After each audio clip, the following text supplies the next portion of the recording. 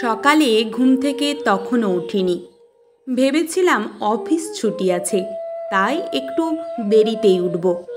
মোবাইলের রিং বাজতেই ঘুমটা ভেঙে গেল।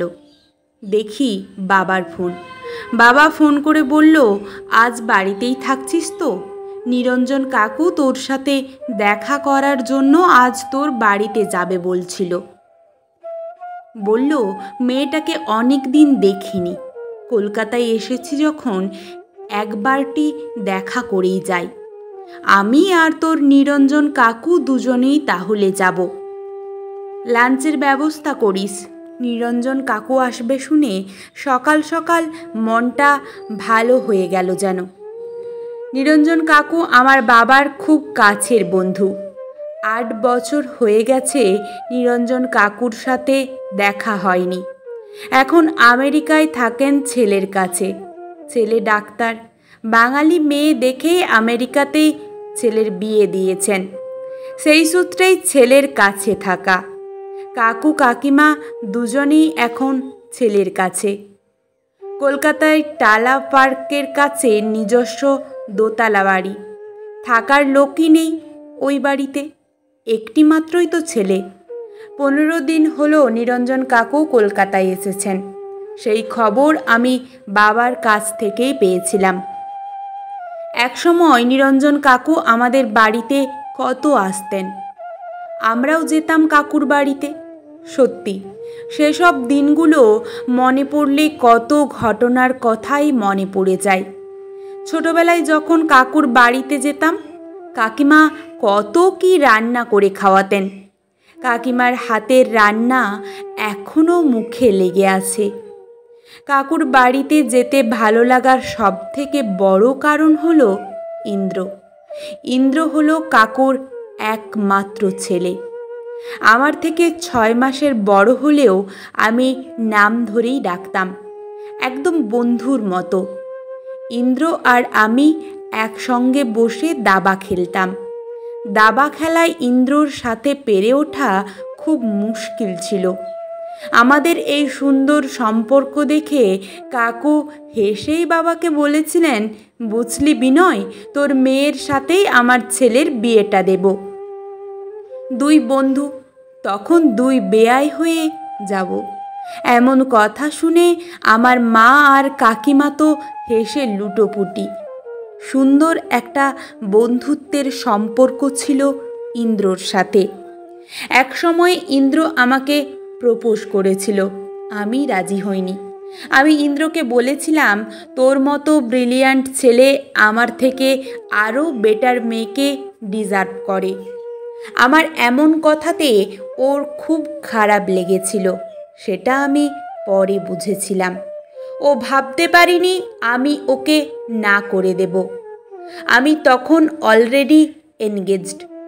আমারই একজন কলেজের বন্ধু, ওর নাম তুহিন। তখন দুজনেই বিটেক করছি, ফার্স্ট ইয়ার। ইন্দ্র তখন মেডিকেলের স্টুডেন্ট। আমার ভালো লেগে গিয়েছিল তুহিনকে। তুহিনই আমাকে নিজে থেকে প্রপোজ করেছিল। ও আমাকে প্রায় বলতো, কোনোদিনও ছেড়ে যাবি না তো? আমি তোকে ছাড়া থাকতে পারবো না। আমি ওকে বলতাম, ভাবিস কি করে তোকে ছেড়ে যাব? কথা দিলাম সারা জীবন তোর সাথেই থাকবো। সারা জীবন একসাথে থাকবো বললেই কি থাকা যায়? যায় না হয়তো। থাকতে চাইলে দুজনকেই চাইতে হয়, আবার দুজনে চাইলেও হয় না। মানুষের প্ল্যানের ওপর আরেকজন প্ল্যান করে ফেলেন অলক্ষ্যে বসে। তাই উনি না চাইলে কোনোভাবেই সম্ভব নয় কিছু। এসব কথা ভাবতে ভাবতে চোখ চলে যায় ঘড়ির কাঁটার দিকে। সময় বড় গতিময়। মাঝে মাঝে ভাবি, ঘড়ির কাঁটাটা থামতেও তো পারে একটু। বিছানা ছেড়ে উঠতেই যাব, দেখি দরজায় টোকা মারার শব্দ। ঘরের ভিতর থেকে আওয়াজ দিয়ে বলি, আসছি। আমার জীবনে এই আর একজন, আমার ছেলে। আমি তো বলি আমার অ্যালার্ম ঘড়ি। ঘড়ির অ্যালার্ম বাজতে ভুল হবে তো? আমাকে ঠিক সময় ঘুম থেকে তুলে দিতে ভুল হবে না। দুবার টোকা মেরেই বলবে, এবার উঠে পড়ো মামনি, তোমার অফিস যেতে লেট হয়ে যাবে। তারপর আবার সেই তাড়াহুড়ো করবে। প্রতিদিন একই কথা আর একই রুটিন। আমার কাছে এ যেন উল্টো পুরাণ। প্রতি বাড়িতে মায়েরা অ্যালার্ম ঘড়ি হয়ে থাকে ছেলে মেয়েদের ঘুম থেকে তোলার জন্য। আমার ক্ষেত্রে মাকে ঘুম থেকে ডাকার জন্য আমার ছেলের আমার কাছে অ্যালার্ম ঘড়ি। যাই হোক, আমি রুম থেকে বেরিয়ে এসে দেখছি আমার ছেলের হাতে বাজারের ব্যাগ। আমি কিছু বলার আগেই বলে উঠল, তোমার তো আজ ছুটি, তাহলে আজ একটু মাটন আনতেই হবে। ছুটির দিন মানেই তো মাটন, সেটা তো তুমি জানোই। বাবু, তুমি এক কাজ করো, মাটনটা একটু বেশি করে নিয়ে এসো আজ। দুজন গেস্ট বাড়িতে আসছে আজ। গেস্ট? কে আসবে শুনি? কে আবার? তোমার প্রাণের বন্ধু, সঙ্গে আরও একজন আসছেন। তোমার সাথে পরিচয় করিয়ে দেব। তুমি আর দেরি করো না, ঝটপট মাটনটা নিয়ে চলে আসো। সবজি তো সব কিছুই আছে। আর এক কাজ করো, পারলে বড় সাইজের বাটা মাছ যদি পাও তাহলে নিয়ে নিও। আমার বন্ধু আসছে। সত্যি? কই, তুমি তো কাল রাতে কিছু বললে না তো? একটু আগেই তো ফোন করে জানালো তোমার বন্ধু। কথাগুলো শুনেই সেই খুশিতেই আর বিন্দুমাত্র দেরি না করেই বাজারের ব্যাগ হাতে বেরিয়ে গেলেন বাবুমশাই। আমার বাবার সাথে তো ভীষণ ভাব। প্রতিদিন একবার হলেও বাবাকে ফোন করা চাই। আমার বাবা বলে, এই বয়সে এসে এমন একটা বন্ধু পাবো ভাবিনি। কলকাতা ছেড়ে নিরঞ্জন কাকু চলে যাওয়ায় আমার বাবার কাছে বন্ধুর একটা শূন্যতা ছিল। সেটা পূরণ করেছে আমার এই বুড়ো ছেলে। তবে আজ অনেক দিন পর বাড়িটা আবার সরগরম হয়ে উঠেছে। বাবা এমনিতেই আমাদের বাড়িতে খুব বেশি আসতো তা নয়, তবে এখন একটু বেশিই আসে। কারণ ওই যে বাবার প্রাণের বন্ধুটি।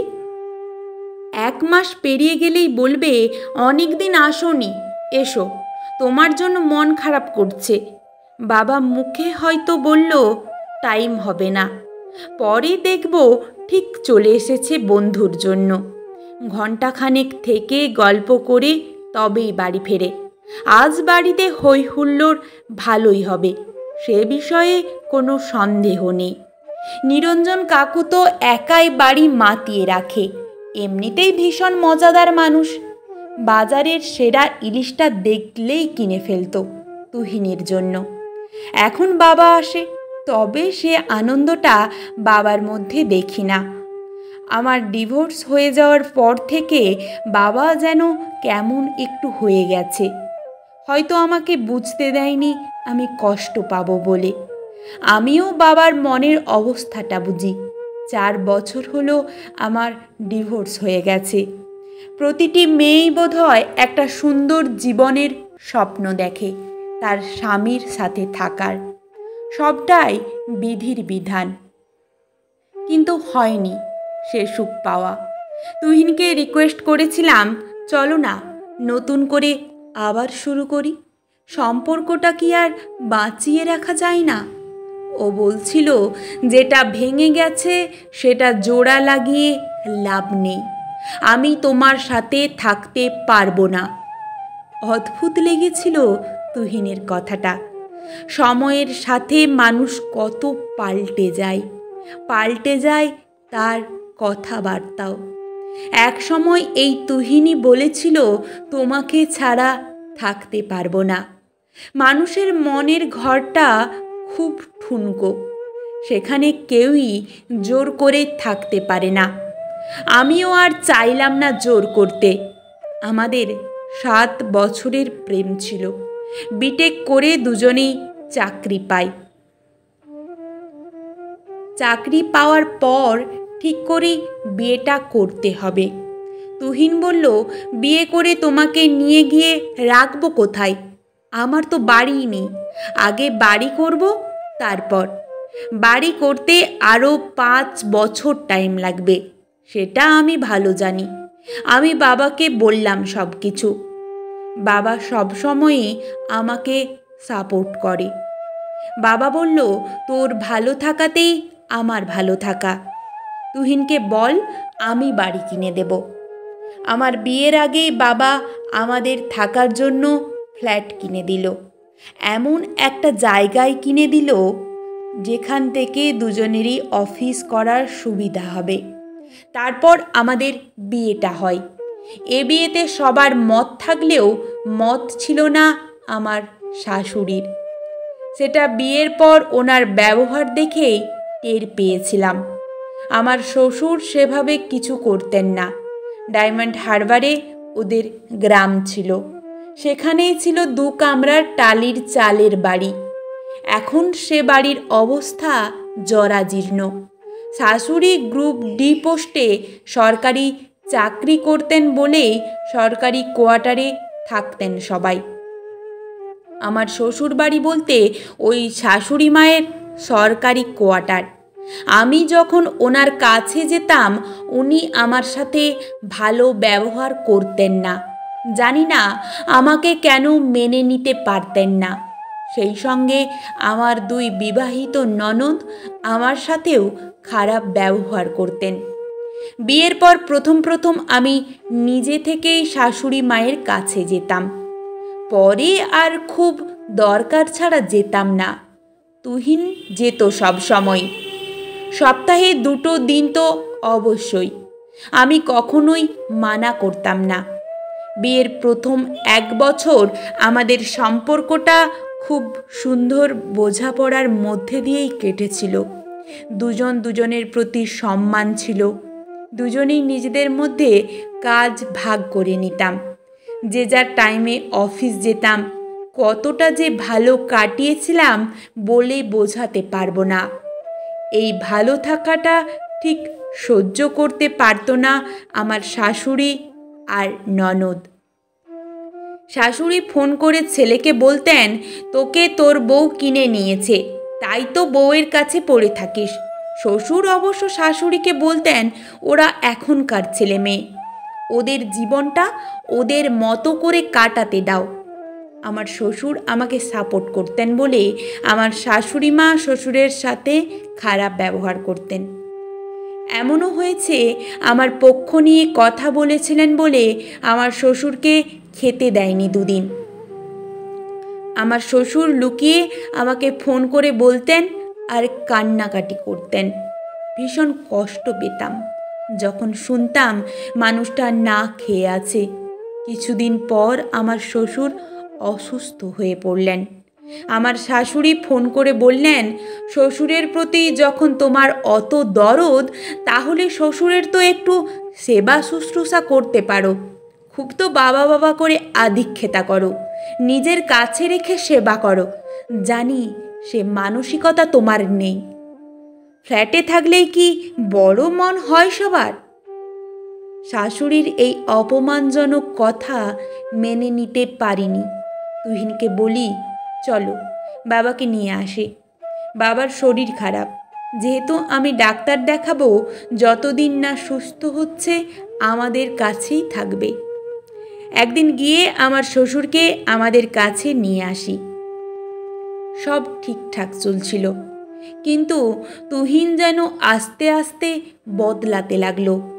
ততদিনে বিয়ের 2 বছর কেটে গেছে। আগে সপ্তাহে 2 দিন করে গিয়ে মায়ের কাছে থাকতো, সেটা বেড়ে 4 দিন হয়ে গেল। ওখান থেকে অফিস যাতায়াত করত। আমি হয়তো কল করে জিজ্ঞেস করতাম, আজ তো আসবে? প্রায় দিনই বলতো, মায়ের শরীরটা খারাপ, তাই যাব না আজ। প্রথম কিছু মনে করতাম না। পরে এমন হলো, সপ্তাহের 5টা দিন ওখানেই থাকতো। আমি জোর করে বললে তবেই এখানে আসে। একদিন সন্ধ্যের পর ফোন করলাম। ভাবলাম আজ তো আসার কথা, অফিস থেকে বেরিয়েছে কি না জিজ্ঞেস করি। ফোন রিসিভ করতেই শুনতে পেলাম বড় ননদের গলা। ফোন ধরে বলল, বলো কি বলবে? আমি বললাম, আজ আসার কথা ছিল তোমার ভাইয়ের। আমার কথা শেষ করতে না দিয়েই বলল, ভাই যাবে না। আর কি করতেই বা যাবে? আমার ভাইকে কি তুমি সুখ দিয়েছ যে তোমার কাছে পড়ে থাকবে? একটা বাচ্চা দিতে পেরেছ? মনে তো হয় না তোমার আর বাচ্চা হবে। তোমার সাথে থাকলে আমার ভাই জীবনে বাবা ডাক শুনতে পাবে না। এমন কথা শুনে কান্নায় ভেঙে পড়েছিলাম। একজন মেয়ে হয়ে আরেকটা মেয়েকে এতটা খারাপ কথা বলতে পারে? তুহিনকে বলেছিলাম কথাগুলো। ও শুনে বলেছিল, দিদি তো ভুল কিছু বলেনি, সত্যিটা মানতে শেখো। একদিন শাশুড়িও ফোন করে সেম কথাগুলোই বললেন। কি যে কষ্ট হলো বলে বোঝাতে পারবো না। বিয়ের 3 বছরেও আমি মা হতে পারিনি। আমার মনের কষ্টটা বোঝার মতো কেউ নেই, একমাত্র আমার মা ছাড়া। মা বলতো, ভগবানের ওপর ভরসা রাখ, দেখবি সব ঠিক হয়ে যাবে। আমি এখন ভগবানের ওপরেই আস্থা রাখি। এখন আমি মা ডাক শুনতে পাই। ঈশ্বর বোধহয় সব সময় নিরাশ করেন না। বাড়িতে এখন আমরা 2 জন মানুষ, মা আর ছেলে। সে যাই হোক, অনেকদিন পর যখন নিরঞ্জন কাকু আমার বাড়িতে এসেছেন, 8 বছরে নিরঞ্জন কাকুর কোনো পরিবর্তন হয়নি। বয়স যে বেড়েছে সেটা কাকুকে দেখলে বোঝা যাবে না। কে বলবে 69 বছর বয়স? বাড়িতে ঢোকার সাথে সাথেই আমার বাবা নিরঞ্জন কাকুর সাথে আমার ছেলের পরিচয় করিয়ে দিয়ে বলল, নিরঞ্জন এই হলো আমার বন্ধু। নিরঞ্জন কাকু অবাক হয়ে জিজ্ঞেস করেন, বন্ধু?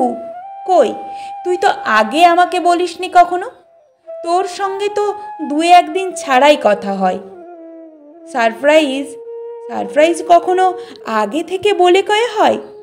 নিরঞ্জন কাকু হাতটা বাড়িয়ে দিয়ে বলে, আজ থেকে তাহলে আমিও তোমার বন্ধু। আমার নাম নিরঞ্জন। অপর দিক থেকে আমার ছেলে হাত বাড়ায়, বলে, আমি পরিতোষ। তাহলে নাম ধরেই ডাকা যাক। কি বলো পরিতোষ? মনে তো হচ্ছে আমাদের একই বয়স হবে। বন্ধু যখন হয়েই গেছি তখন আর বলতে হয়? তা ঠিক, কিন্তু পরিতোষ তোমার বাড়ি তাহলে কোথায়? আমি তখন কাকুকে উত্তরটা দিই। আমার ডিভোর্সের ব্যাপারটা জানলেও এই সম্পর্কটা কাকু জানতেন না। কাকু শুনে বলেছিলেন, এমন মা ছেলের সম্পর্ক সারা জীবন থাকুক, ঈশ্বরের কাছে এই প্রার্থনা করি। বিকেলে বাবা আর নিরঞ্জন কাকু যখন বেরিয়ে গেলেন, তখন আমার এই বুড়ো ছেলেটার কি মন খারাপ। আমাকে বলছিল, ইস, আজকের পুরো দিনটা যদি থাকতো তাহলে আরও আনন্দ হতো। আমি শুনে বললাম, মনটা আমারও খারাপ লাগছে। আমি যেই খারাপ বললাম, অমনি আমার মনটা ভালো করার জন্য বলে উঠল, পৃথিবীতে আনন্দ পাওয়ার মুহূর্তগুলো খুব কম সময়ের জন্য। রোজ ডাল ভাতের মাঝে এটা আসলে একটু বিরিয়ানির স্বাদ। এই অল্প স্বাদটুকু নিয়েই বাঁচতে হয়। কি অসম্ভব মোটিভেট করার ক্ষমতা আমার ছেলের। মনে মনে ঠিক করেই নিয়েছে কোনো কষ্ট পেতে দেবে না আমাকে। খারাপ পরিস্থিতির মধ্যেও কি করে বাঁচা যায় সেটা তো আমার এই ছেলে আমাকে শিখিয়েছে।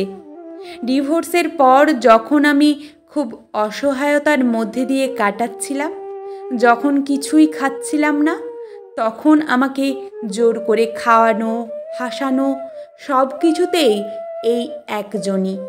আমাকে বলতো, মা তুমি না খেলে তোমার এই ছেলেটাও না খেয়ে থাকবে। আমিও দেখব মা কি করে পারে ছেলেকে না খাইয়ে রাখতে। আসলে অনেক কথাই তখন থেকে বলছি, কিন্তু এই ছেলের পরিচয়টা না জানলে হয়তো অনেক কিছুই অসম্পূর্ণ থেকে যাবে। ছেলেটি আসলে আমার শ্বশুর মশাই। বিয়ের 1 বছর পর আমি যে মানুষটাকে আমার কাছে নিয়ে এসে রেখেছিলাম, সেই থেকেই ছিলেন আমার কাছে। আর কোনোদিন বাড়ি ফিরে যায়নি, কিন্তু ফিরবেই বা কার কাছে? সে যাই হোক, ডিভোর্সটা যখন শেষমেশ হয়েই গেল, একদিন সকালে দেখছি ব্যাগপত্র গুছিয়ে নিয়ে চলে যাওয়ার জন্য রেডি আমার শ্বশুর মশাই। আমি বললাম, কোথায় যাবে তুমি? বলল, জানি না, আমার কি আর এখানে থাকা মানায়? আমি কোন মুখে থাকবো মা? আমি কাঁদতে কাঁদতে বলেছিলাম, তুমিও আমাকে ছেড়ে চলে যাচ্ছ? যাও যাও, থেকো না আর। সেই প্রথম দেখেছিলাম ওই মানুষটাকে কাঁদতে, হাউমাউ করে কেঁদেছিল। আমি বলেছিলাম, মাকে ছেড়ে তুমি চলে যেতে পারবে তো? এই তুমি আমাকে মা বলে ডাকো। আমাকে জড়িয়ে ধরে বলেছিল, আমি পারবো না রে মা, কিছুতেই ছেড়ে যেতে পারবো না। আমার তো আর কেউ নেই, আমার খোঁজ তো কেউ রাখে না। ছেলে মেয়ে স্ত্রী সব থেকেও কেউ নেই, শুধু তুই আছিস। তোকে ছেড়ে চলে যাওয়া মানে বেইমানি করা। আমি থাকবো নতুন পরিচয়ে। আমি আজ থেকে পুরনো পরিচয় ঝেড়ে ফেলে দিয়ে আমি নতুন সম্পর্কে তোর সাথে বাঁচবো মা। আমি আজ থেকে তোর ছেলে, তুই আমার মামনি। মায়ের অধিকারটুকু চাই। তোর কাছে যতদিন আছি কখনো মনে হয়নি অন্য কোথাও আছি। ছোটবেলায় মায়ের কাছে যেমনটি থাকতাম তেমনটি। মা ডাকটা যে কত মধুর সেটা শুনতে পাই আমি আমার এই ছেলের কাছ থেকে। মা হতে গেলে তো সব সময় জন্ম দিতে হয় না। যশোদাও কৃষ্ণকে জন্ম দেয়নি, তবুও সে মা। আমার সব দুঃখ ভুলিয়ে দিয়ে আমাকে সামনের দিকে এগিয়ে দিয়েছে এই মানুষটা। একটা অধিকার জন্মেছে দুজন দুজনের জন্য।